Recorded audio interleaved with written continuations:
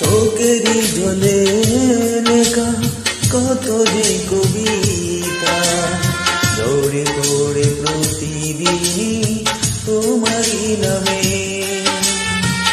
চোখেরই জলে লেখা কত যে কবিতা, ঝরে পড়ে প্রতিদিন তোমারই নামে। যেদিন চোখে জল শুকিয়ে যাবে,